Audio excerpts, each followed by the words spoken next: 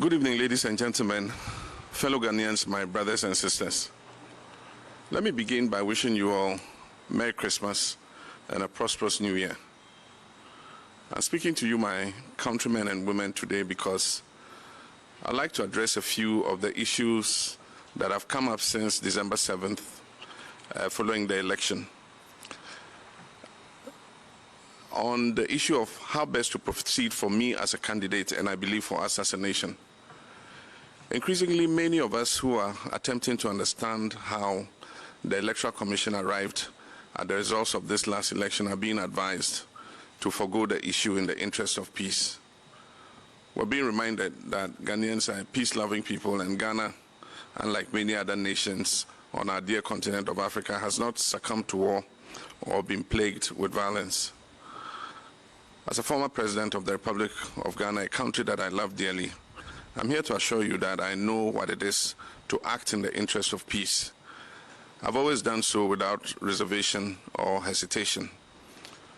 I know what it is to contest an election and to have the good people of this country choose my opponent to serve as their next president. I know what it is to concede. I have done so before. In 2016, when the election was not called in my favor, I conceded. I conceded in a congratulatory call to my opponent, and then not long after that, I conceded in a public address to the good people of Ghana. I conceded not simply in the interest of peace and democracy, but because I respect the will of the people. I did then, and I still do now. So when I say that I will not concede this election, please know that I'm not taking this decision lightly. Understand that it's not because of a desire for power, but because of a dedication to principle and a commitment to democracy. Based on the irregular and inconsistent results that were reported, I have reason to doubt that this election was not free, fair, or transparent. And without those fundamental pillars in place, how can any of us be sure that the results announced truly represent the will of the people?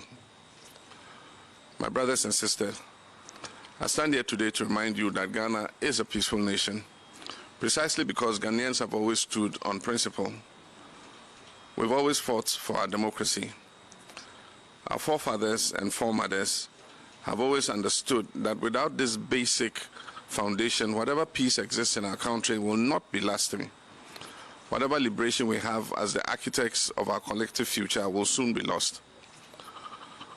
Whenever we decide to take the easiest road, the first step is always surrender. And often the thing that we lose is the very thing that we value the most. The freedom that we enjoy today was not given on a silver platter. It came at a price. It came because our forefathers and mothers stood on principle. Our history books are filled with the names of individuals who refused to take the road that was the easiest or safest or probably the most convenient. They refused to surrender their ability to appeal for justice in a land where they are meant to have a voice and use it for the betterment of themselves and their children and future generations. All who fought for independence stood on principle to demand the sovereignty of this land that belongs to us, the people of Ghana. Indeed, Dr. Kwame Nkrumah once said, "Those who will judge us merely by the heights we have achieved will do well to remember the depths from which we started." There are many of you who are listening to me this evening who have spent your entire lives knowing only democracy. You know a Ghana in which every 4 years the citizens go to the ballot box to exercise their right to choose their leaders who they believe will serve their best interest. You know a Ghana in which the baton of power has been passed graciously and without incident from one party to another. A country with hundreds of radio stations and dozens of newspapers. A country where citizens can openly critique the performance of their elected officials. a country where they can protest peacefully and without fear of punishment. It is a Ghana that your mothers and fathers, your grandmothers and grandfathers wanted you to know. It is a Ghana that they dreamed of, and some even died trying to make that dream a reality. But also listening tonight are the many of you who remember a different Ghana. In that Ghana, most, if not all, of those political transitions and social liberties I just spoke of earlier did not exist. The airwaves were not filled with radio stations. There were not numerous newspapers. People held their peace because to complain about the people in power was to risk all manner of reprisals. In that Ghana, presidential terms were interrupted by coup d'etats and former heads of state were executed. There was Kalabule and Operation Feed Yourself, not to mention years of hunger, bushfires, drought, and one economic recovery program after another. Even the Ghana of the Komipreko demonstrations bear little resemblance to the Ghana of today. We've traveled quite far as a nation in such a short period of time. The road has not been easy, nor has it been absent of obstacles. And that is why our beloved nation Ghana is often referred to as the trailblazer on the African continent. With each achievement, we have grown stronger as a people and as a nation. Through these trials and tribulations, our democracy has also been strengthened. My brothers and sisters, in a democracy as strong as ours, peace and justice can, and in fact, they usually do coexist. And that is because in a democracy such as the one we have built in Ghana, it is the people who hold the power. Indeed, in 2012, when the election was called in my favor, my opponent challenged the results, as was his right, and he took the matter to court. 8 long months of an election petition, far from destroying our democracy, rather reinforced our commitment to it and affirmed the strength of our institutions, particularly the judiciary. It is only in governments where the people are powerless and at the mercy of those who hold office that peace, or at least what passes as peace, can exist without justice. Some people have asked me what I hope to gain by challenging the results of this election. Let me tell you, I want perhaps the very same thing that my opponent wanted when in 2012 he challenged the results of that election. I want the removal of doubt. I want for all of us to know that our elections should be free, fair, and safe, and that we do not have to settle for a process that leaves us confused and with more questions than answers.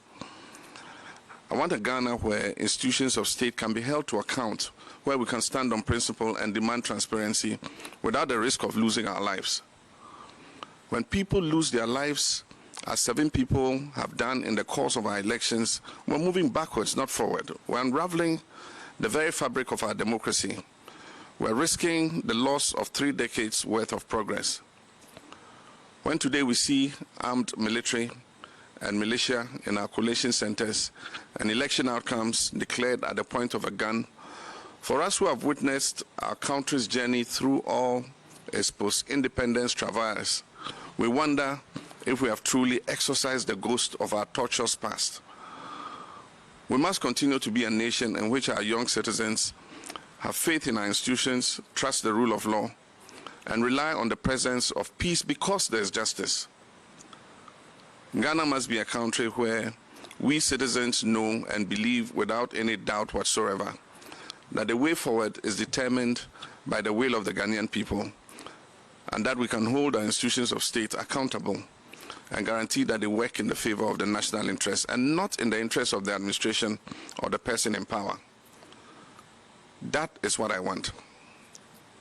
And this is why earlier today my lawyers filed a petition in the Supreme Court of Ghana challenging the declaration of the results of the December 7, 2020 presidential elections made by Mrs. Jean Mensah, the chairperson of the Electoral Commission.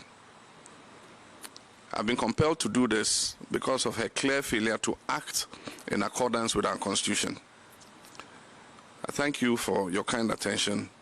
May your new year be one of good health and prosperity. May God bless each of you, and may God continue to bless our homeland, Ghana.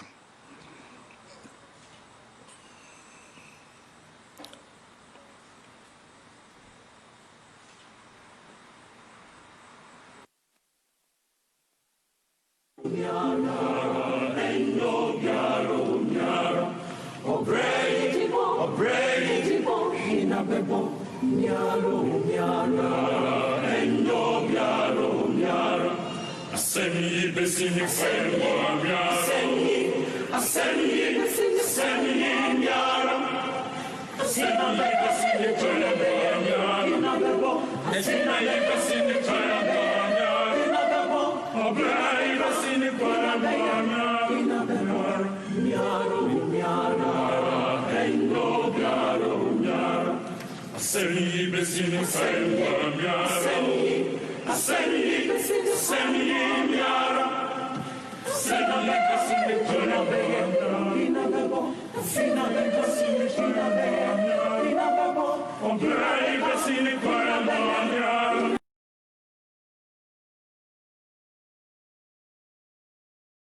miaro miaro miara endo miaro miara aseni fina bella miaro miara endo miaro miara e giumedia, hina beye, miaro, miara.